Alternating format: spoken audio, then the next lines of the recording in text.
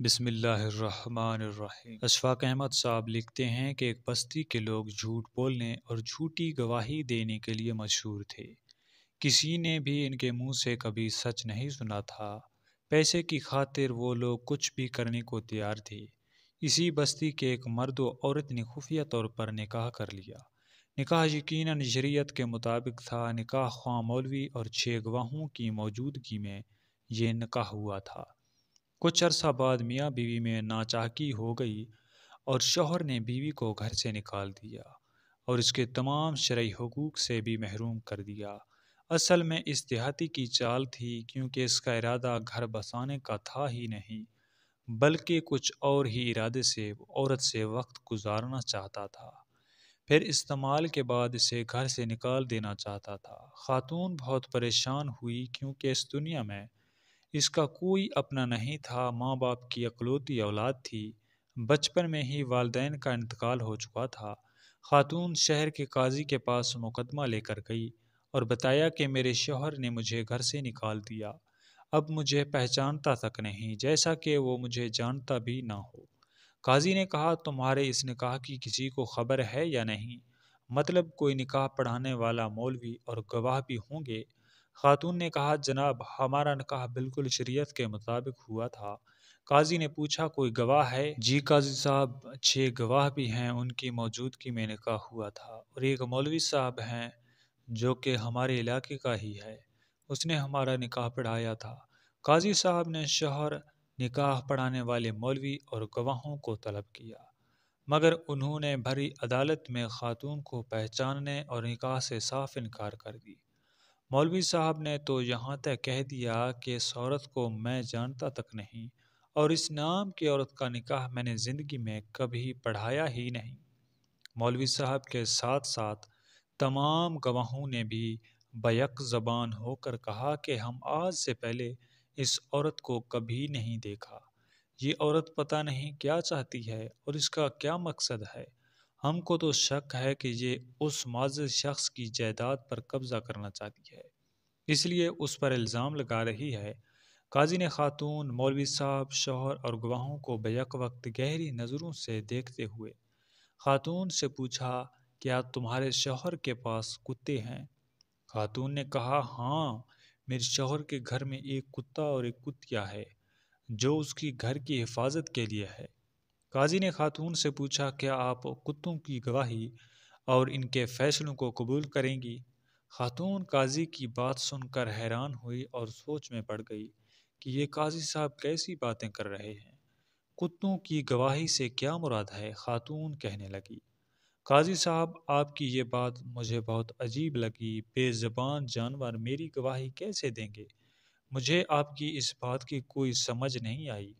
قاضی نے خاتون سے کہا، میں جیسا کہہ رہا ہوں اور جو پوچھ رہا ہوں، بس مجھے اتنا ہی جواب چاہیے۔ میں تمہارے معاملے میں پورا انصاف کرنے کی کوشش کر رہا ہوں اور تم مجھ سے انصاف کی امید رکھو۔ بتاؤ، کیا تم کتوں کی گواہی قبول کرو گی؟ خاتون نے کہا، جی، مجھے ان کی گواہی اور فیصلہ قبول ہوگا۔ قاضی نے حکم دیا کہ خاتون کو اس شخص کے گھر میں لایا جائے۔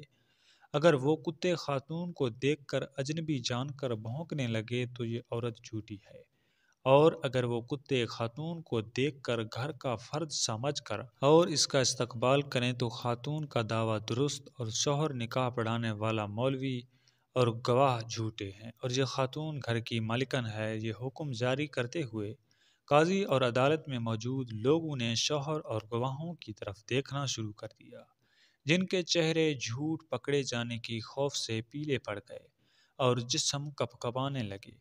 فیصلہ تو ہو چکا تھا کہ کون سچا اور کون جھوٹا ہے۔ خیر، خاتون کو دیہاتی کے گھر میں لایا گیا تو کتوں نے بھونکنے کی بجائے عورت کا استقبال کیا اور اس کے پاؤں چاٹنے لگے۔ قاضی صاحب نے سپاہیوں کو حکم جاری کیا، گرفتار کر لو ان جھوٹوں اور مکاروں کو اور انہیں کوڑے لگاؤ، اور یہی جھوٹی ہے۔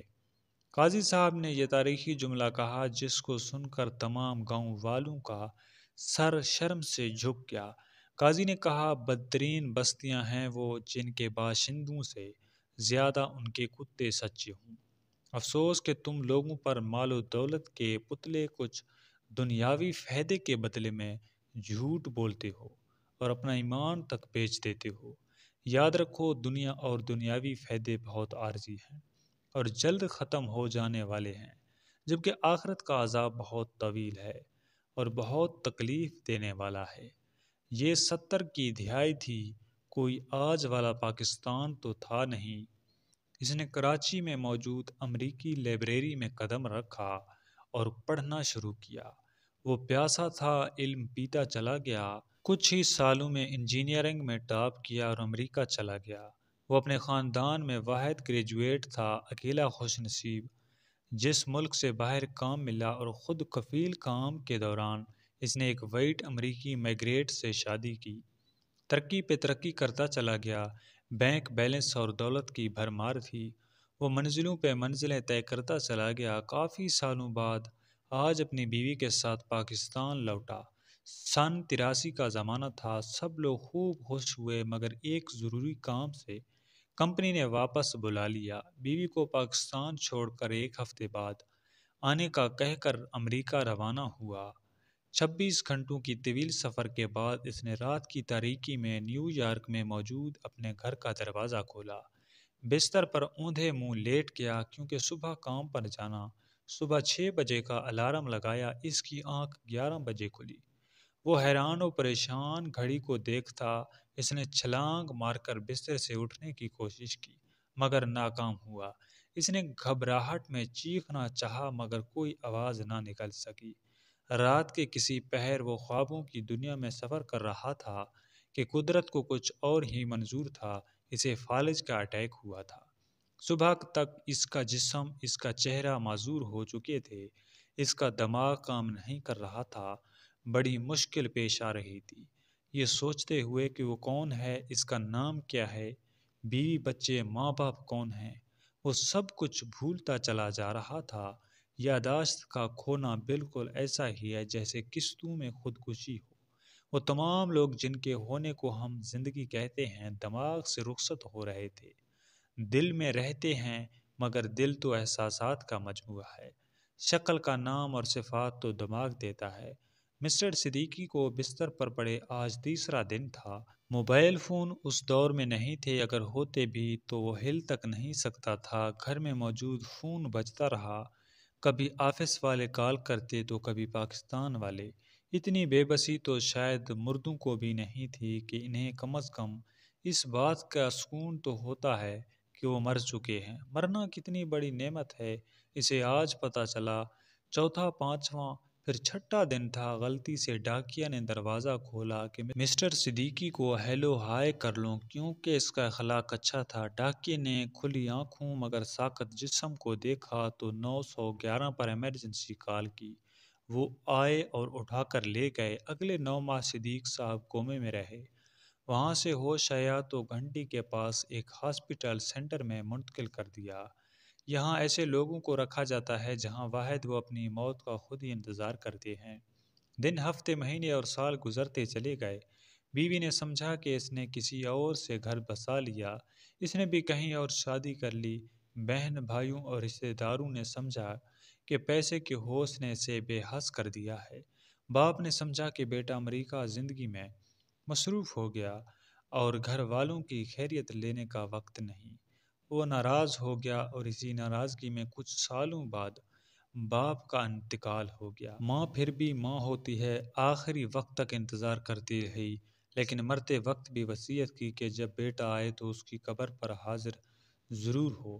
آج اس واقعے کو 33 سال اور 4 ماہ ہونے والے ہیں۔ مسٹر صدیقی آج بھی بولنے کی سکت نہیں رکھتے، مگر تھوڑی بہت کھا پی سکتے ہیں۔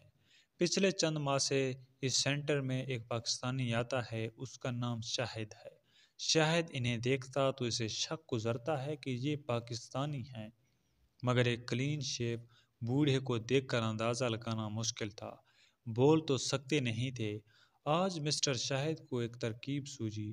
وہ گھر گئے، پاکستانی چکن بریانی لے کر آئے اور مسٹر صدیقی کے سامنے رکھی۔ مسٹر صدیقی کے پورے جسم میں صرف آنکھیں بولتی تھی۔ آج تو جیسے وہ ابل پڑی۔ نرس چمچ سے بریانی آہستہ آہستہ منہ میں ڈالتی، مگر اتنے آنسو تھے کہ اندازہ لگانا مشکل تھا کہ چمچ میں چاول کی مقدار زیادہ ہے یا پھر آنسو کی۔ یہ آنسو اس بات کا ثبوت تھی کہ بندہ تو پاکستانی ہے یا انڈین۔ شاہد نے مریض کو گلے سے لگا لیا اور دونوں نہ جانے کتنی دیر تک روتے رہے۔ اگلے 6 ماہ میں شاہد نے سب پتہ لگا لیا کہ یہ شخص کون ہے، مگر اب 33 سالوں بعد فیملی کی تلاش ایک بڑا مسئلہ تھا۔ اس نے اس کی تصویریں کھینچ کر فیس بک پر لگائی۔ 2 ہی ہفتوں میں ان کی مسٹر صدیقی کی گزشتہ بیوی اور بہن سے رابطہ ہو گیا۔ اس ہفتے مسٹر صدیقی اپنی بہن سے امریکہ کے ایک ہسپتال میں ملے۔ نہ کچھ بول سکتے ہیں، نہ ہاتھ ہلا سکتے ہیں۔ ہاں مگر آنسو تو کم بخت ہیں، فالج میں بھی نکل آتے ہیں۔ آج رات شاہد سوچ رہا تھا کہ آدمی غرور اور تکبر کس بات کا کرے۔ چلتے ہوئے نظام میں قدرت نے ایک آدمی کو بنا موت کے 33 سال کے لیے نکال کر باہر رکھ دیا۔ وہ جو سمجھتا تھا کہ وہ کام نہ کرے تو کھائے گا کیا اور کہاں سے، اسے بھی بٹھا کر بلکہ لٹا کر 33 سال کھلاتا رہا۔ صرف بندہ اپنے آپ کو ہی دیکھ لے، ان تمام بیماریوں کا اندازہ کر لے جو اپنے جسم میں ساتھ لے کر چلتا پھرتا ہے، اور ان میں سے کوئی نکل پڑی تو وہ کہیں کا نہیں رہے گا، تو غرور اور تکبر آنسو بن کر بہہ جائیں گے۔ ویڈیو پسند آئی تو لائک اور شیئر ضرور کیجیے گا۔ ملتے ہیں آپ کی خدمت میں نئی ویڈیو کے ساتھ، تب تک کے لیے اجازت دیجیے۔ اللہ حافظ۔